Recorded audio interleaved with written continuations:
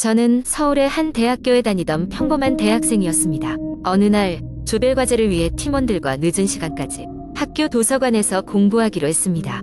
도서관은 밤 10시가 넘어가면 사람이 거의 없었고 차분하고 조용한 분위기 덕분에 공부에 집중하기 좋았습니다. 저희 팀원들은 모두 열정적이어서 시간 가는 줄 모르고 과제에 몰두했습니다. 어느새 밤 12시가 넘었고 눈치를 준 도서관 직원의 마지막 경고가 들렸습니다. 우리는 서둘러 짐을 챙기고 도서관을 나섰습니다. 학교 캠퍼스를 나서는 길은 어둡고 조용했습니다. 밤 공기는 서늘했고 캠퍼스 곳곳에 놓인 가로등만이 우리를 비춰주었습니다. 집으로 돌아가기 위해 팀원들과 정문을 향해 걸어가고 있는데 누군가 멀리서 우리를 부르는 소리가 들렸습니다. 여기요. 잠깐만 기다려주세요. 어두운 캠퍼스에서 들려오는 낯선 목소리에 우리는 잠시 멈춰섰습니다. 흰 옷을 입은 여자가 저 멀리 길가에 서 있었습니다. 그녀는 가까이서 보면 나무 그늘에 가려 잘 보이지 않았습니다. 그저 희미한 실루엣만이 빛 아래 어른거렸습니다. 이상한 기분에 사로잡힌 우리는 서로의 얼굴을 쳐다보며 잠시 망설였습니다. 하지만 그 여자는 다시 소리쳤습니다.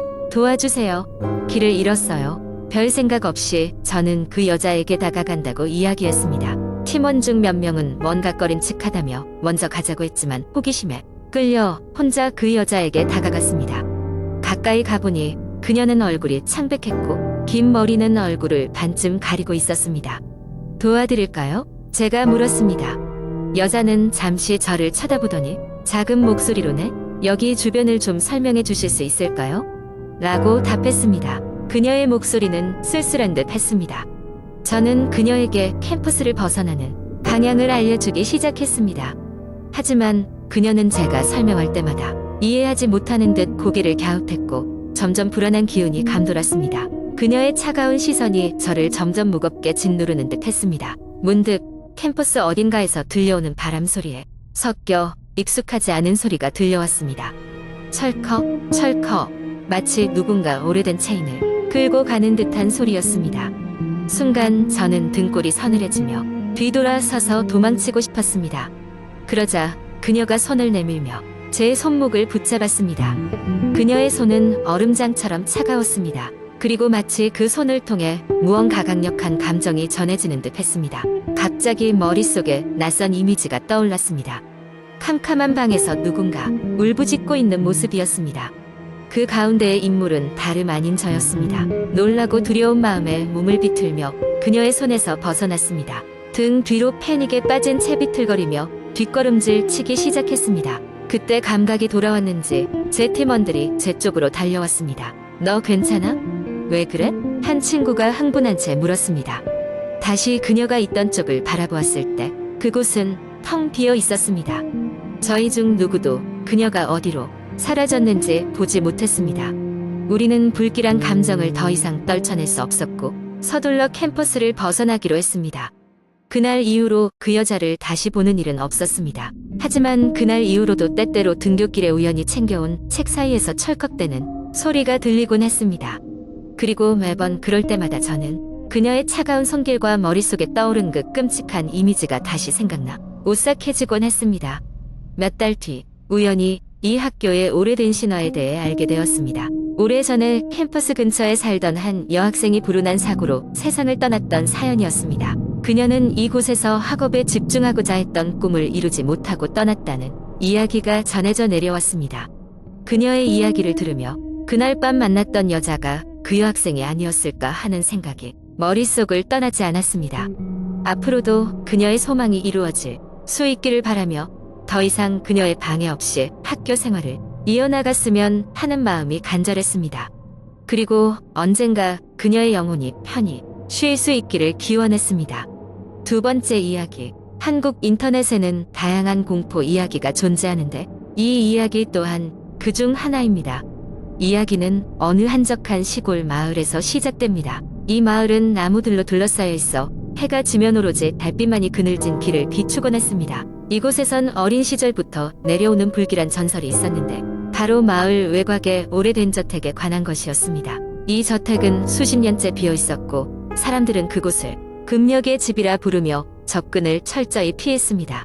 오래전 저택에서 대가족이 비극적으로 사망한 사건이 있었고 그 후로 그 집에 들어간 사람들은 결코 무사히 나오지 못한다는 소문이 돌았던 것입니다. 마을 사람들은 저택 가까이 다가가 다 실종되는 이들을 몇 번이나 목격했고 미신을 철저히 믿는 마을 분위기 탓에 이곳은 더욱 금기시 되었습니다. 어느 날 도시에 사는 한 대학생 그룹이 방학을 맞아 시골 여행을 떠났습니다. 이들은 여행 중 우연히 이 마을을 통과하게 되었고 호기심 많은 한 친구의 제안에 따라 문제의 저택을 방문하게 되었습니다. 마을 사람들은 그들에게 경고했지만 젊은 혈기에 불타던 이들은 경고를 가볍게 무시하고 말았습니다. 저녁 무렵 그들은 저택 앞에 도착했습니다. 대문은 녹슨 체인과 자물쇠로 굳게 잠겨져 있었지만 이내 간단한 도구를 이용해 열었습니다.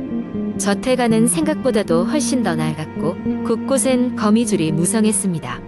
벽에는 가족들의 낡은 사진들이 걸려 있었고 먼지가 쌓인 가구들은 오랫동안 방치된 채였습니다. 학생들은 저택을 구경하며 사진을 찍고 웃고 떠들며 전설을 비웃기 시작했습니다. 하지만 시간이 지날수록 그들에게 이상한 일이 벌어지기 시작했습니다. 한 명씩 이유 없이 기운이 빠지거나 불길한 기운을 느끼는 듯 몸을 떨기 시작했습니다. 바람 한 점 없는 실내에서 갑자기 문이 쾅 닫히거나 누군가의 속삭임이 들린다고 했습니다.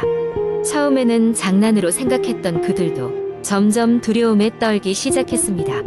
급기야 그들 중 한 명이 2층에서 무언가에 홀린 듯 불러지지 않는 목소리를 듣고 그 소리를 쫓아 가장 깊숙한 방으로 들어갔습니다. 그곳에서 기다리던 것은 과거 저택 이주인으로 보이는 사람의 초상화였는데 묘하게도 그 얼굴은 그녀를 응시하는 듯한 착각을 불러일으켰습니다. 공포에 질린 그녀는 급히 방을 나와 친구들이 있는 곳으로 돌아왔습니다. 모두가 긴장을 높이며 빠져나가려는 순간 현관의 문이 갑자기 잠겨 열리지 않았습니다.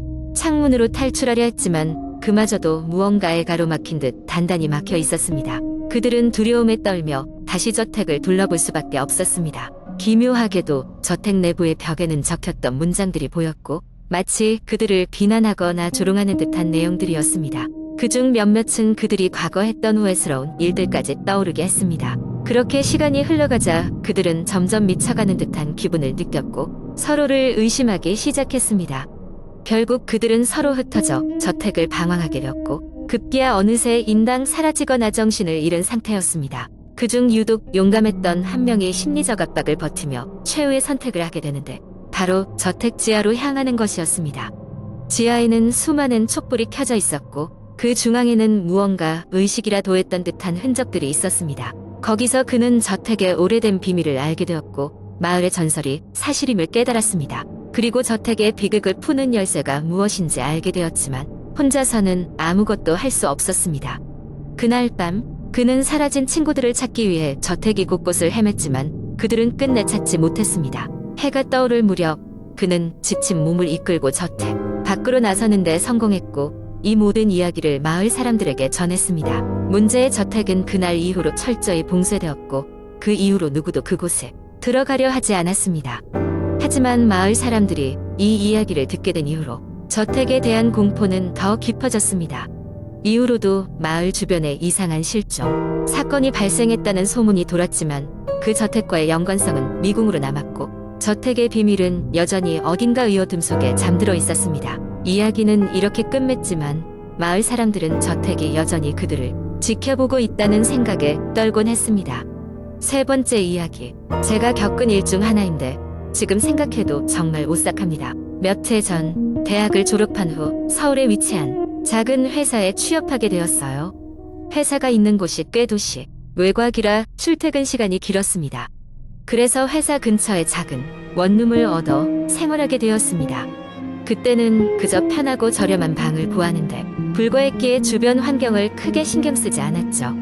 처음 이사했을 때는 방의 가격이 저렴한 이유가 무엇인지 알지 못했습니다.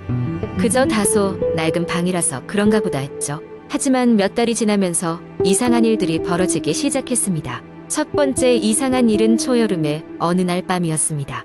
더워서 창문을 열어놓고 잠이 들었는데 새벽 즈음에 갑자기 쿵 하는 소리에 잠이 깼습니다. 잠결에 누군가가 벽을 두드리는 소리라고 생각했지만 곧 아무것도 아니겠지 하고 다시 잠들었죠. 하지만 비슷한 일은 반복되었습니다. 벽을 두드리는 듯한 소리는 점점 더 자주 들렸고 단순한 소음이라 치부하기엔 너무 규칙적이었어요. 게다가 밤이 되면 방 안에서 냉기의 기운이 느껴졌습니다. 여름인데도 이상하게 안이 으스스하게 느껴졌고 방의 한 구석이 이상하게 어두워졌죠. 문제가 심각해진 것은 그로부터 한 달 정도 지난 후였어요. 하루는 평소처럼 일과를 마치고 집에 돌아왔는데 방 안에 들어서자마자 싸늘한 기운이 감돌았습니다. 그날도 어김없이 새벽에 벽 두드리는 소리가 들려왔고 전 두려움에 사로잡히게 되었죠.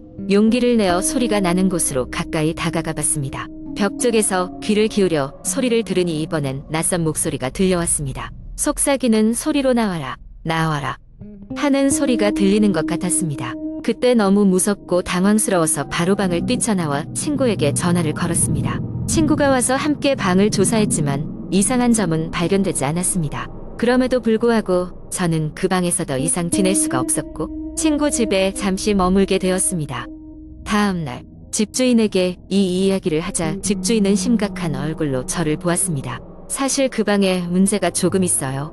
이전에 한 사람이 그 방에서 라고 말하며 망설이다가 결국 몇 년 전 그 방에서 한 사람이 고독사했다는 이야기를 해주었습니다.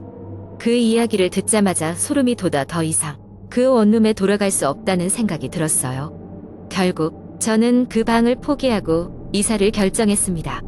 지금은 다른 곳에서 잘 지내고 있지만 그때 그 방에서 겪었던 경험은 아직도 잊히지 않습니다. 가끔씩 벽을 두드리는 소리가 꿈에 나와 잠에서 깨곤 합니다. 이 이야기 뒤에 무엇이 숨겨져 있었는지는 여전히 알 수 없지만 그 방에 두고 온 공포는 지금도 저를 움츠러들게 합니다.